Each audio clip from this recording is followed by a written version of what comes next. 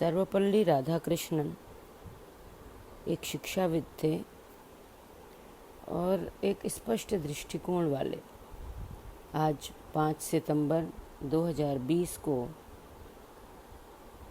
उनके जन्म दिवस के अवसर पर उनकी हार्दिक इच्छा के अनुसार मनाया जाने वाला शिक्षक दिवस हमें बहुत अतीत की तरफ ले जाता है। मानव जीवन एक अद्भुत सौगात की तरह है और इस सौगात को एक रॉ मटेरियल के रूप में हम पृथ्वी पर आते हैं और वहाँ पर विभिन्न स्तरों पर विभिन्न प्रकार के गुरु गण मौजूद होते हैं जो हमें ज्ञान कराते हैं। इस दिशा में सबसे बड़ी गुरु हमारी माँ होती है, जो हमें सबसे नज़दीक से अपने परिजनों का, समाज का, व्यवहार का, लौकिकता का समूचा ज्ञान करवाती है। और इसी कड़ी में जो हमारा सामाजिक जीवन जब शुरू होता है तो हम विद्यालय, अब विद्या का आलय, सीधा कहने का तात्पर्य है कि जहाँ पर हम ज्ञान प्राप्त करें, ज्ञान इस वैश्विक परिदृश्य को समझने का, ज्ञान इस समूची व्यवस्थाओं में अपने आप को संतुलित करने का, ज्ञान लौकिकता का, ज्ञान व्यवहारिकता का। ऐसे में विद्यालय ऐसा केंद्र होते हैं जहाँ पर गुरु अपने भीतर के गहन ज्ञान में से जो कुछ भी अच्छा हमारे सामने प्रकट करता है या जो प्रभावी ढंग से हमारे मस्तिष्क में प्रवेश कर जाता है। ऐसे में शिक्षक की भूमिका अत्यंत महत्वपूर्ण हो जाती है, क्योंकि यदि शिक्षक नैतिक नहीं होगा, यदि शिक्षक अल्पज्ञानी होगा, यदि शिक्षक अपने विचारों में स्पष्ट नहीं होगा तो वह अपने शिष्यों तक उस स्पष्टता को पहुंचा नहीं पाएगा। ऐसा हमें बार बार महसूस होता है कि हम हायर एजुकेशन के स्तर पर विभिन्न विषयों को पढ़ाते हैं, हम राजनीति विज्ञान पढ़ाते हैं, हम केमिस्ट्री पढ़ाते हैं, हम हिंदी पढ़ाते हैं, लेकिन सच ये है कि एक दृष्टि देने का कार्य हम करते हैं अपने विद्यार्थियों को। हो सकता है कि उस 35 मिनट के दौरान कोई एक ऐसी बात उनके अंदर आ जाए या उनके विषय का ज्ञान उनके अंदर इस प्रकार से आ जाए कि वह पीढ़ियों तक सुरक्षित हो सके, क्योंकि यह एक सतत चलने वाली प्रक्रिया है, एक चेन है, जिस चेन को लगातार चलते रहने देना हमारी जिम्मेदारी है।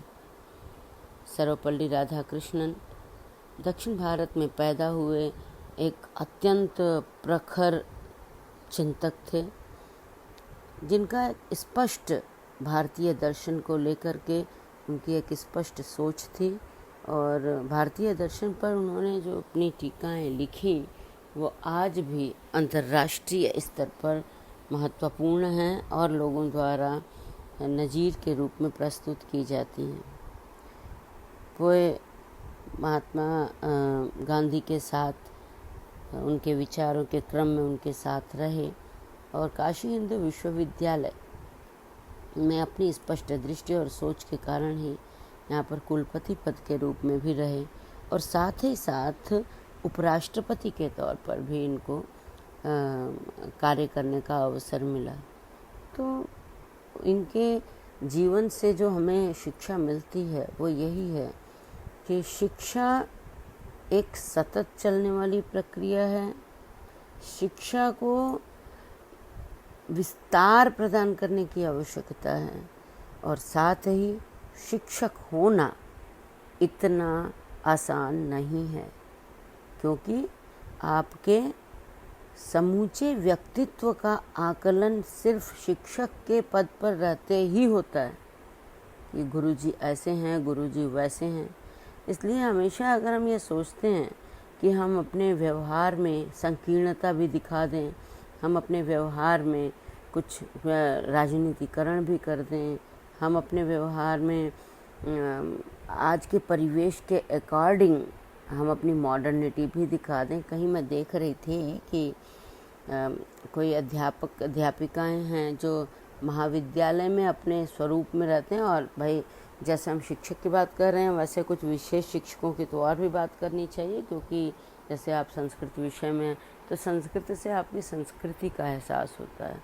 और ऐसे में जब आप अचानक से कुछ सोशल मीडिया या ऐसे चैनल्स पे अपनी आधुनिकता या आधुनिक छवि को प्रदर्शित करते रहेंगे तो स्टूडेंट्स या परिवेश आपके विषय में गलत राय नहीं रखेगा, लेकिन वो आपके पद और आपके उस प्रक्रिया के बीच में संतुलन नहीं बैठा पाएगा। तो हम हमेशा जो सोचते हैं कि हम शिक्षक हो गए हैं और हम तो बड़े ही आराम की नौकरी है, कुछ काम नहीं है, बस पहुंच जाना है, आ जाना है, क्लासेस ले लेना है, कार्य कर लेना है, तो ऑफिशियल और इन सब कार्यों के अतिरिक्त, पढ़ाने के अतिरिक्त इस समाज में शिक्षक की एक बहुत बड़ी नैतिक जिम्मेदारी है। और नैतिक जिम्मेदारी है समाज की इस नई पीढ़ी को दिशा देने की। तो ऐसे में समस्त शिक्षकों के प्रति जब हम लोग राधा कृष्णन सर्वपल्ली राधाकृष्णन की छवि देखते हैं तो हमेशा दिमाग में आता है कि एक बड़ा सा उन्होंने वो टोपी लगाया हुआ है साउथ इंडियन, और अच्छे वस्त्र पहने हुए हैं और हाव भाव से एकदम संतुलित हाव भाव से दिखाई पड़ रहे हैं, तो हमारे मन में राधा कृष्णन की छवि आती है। ये मेरी पर्सनल राय हो सकती है, लेकिन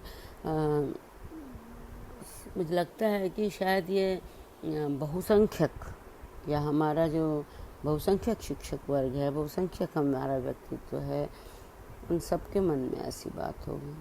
तो शिक्षक होने की भूमिका को निभाएं। और इस कोरोना पीरियड में तो शिक्षकों ने बिल्कुल वॉरियर्स का ही काम किया है।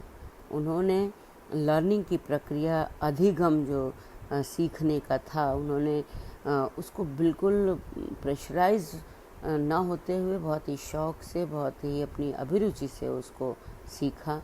और बहुत सारे शिक्षक ऑनलाइन प्लेटफॉर्म्स का यूज़ कर रहे हैं अपने अध्ययन अध्यापन को बढ़ाने के लिए।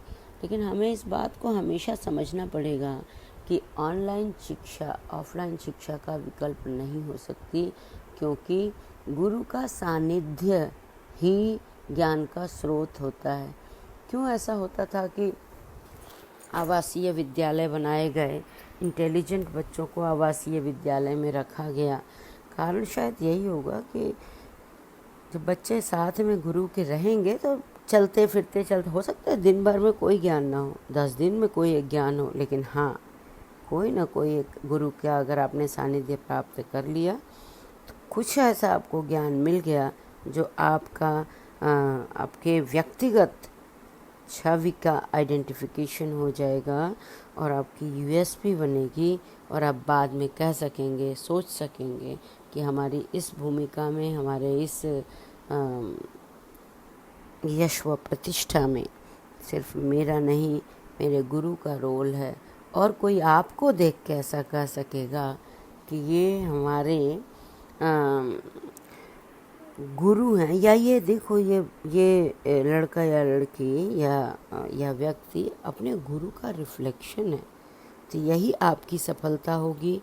समाज में सच बोलना और सच बोलने के बाद के विरोध को सहना, ये कोई परंपरा कुछ एक नया नहीं है, यह बहुत ही आरंभिक काल से चला आ रहा है। चाणक्य के पिता को इसका दंड भी मिला, उनको पूरा परिवार एक तरीके से समूल नाश हो गया। बाद में क्या हुआ वो अलग है कि चाणक्य ने उसका बदला लिया या मगध को उन्नति के शिखर पर पहुंचाया, उनसे मुक्त किया। मेरा मानना है कि 199 संतुष्ट शूकरों की अपेक्षा एक असंतुष्ट सुकरात अच्छा है। और ऐसे में आपको गुणवत्ता और संख्या के बीच में गुणवत्ता का चयन आप करेंगे, तब आप समाज को आगे ले जा पाएंगे। गेहूं बनाम गुलाब के बीच संतुलन बहुत ज़रूरी है। गेहूं आपकी भौतिकता, आपकी लौकिकता और आपकी ऐसी आवश्यकताएं जिसकी पूर्ति कहीं ना कहीं से जानवर भी कर लेता है, उसका प्रतीक है। जबकि गुलाब आपके उस क्रिएटिव माइंड का प्रतीक है जिससे आपके पूरे बॉडी को एनर्जी मिलती है, आपके स्वस्थ मस्तिष्क का प्रतीक है, जिससे आपके पूरे शरीर को ताकत मिलती है। तो ऐसे में शिक्षक दिवस के इस अवसर पर मेरी तमाम शिक्षकों को शुभकामनाएं कि अपने भीतर के शिक्षक को जीवित रखिए। जो गलत लगे उसको गलत कहिए और सिर्फ और सिर्फ लोकप्रियता के मायने ढूंढना बंद करिए और साथ में त्याग पूर्वक अपने इस प्रोफेशन का सम्मान करिए और समाज के लिए प्रतिपल जो कुछ भी आपकी क्षमता हो करने के लिए तत्पर रहिए। धन्यवाद।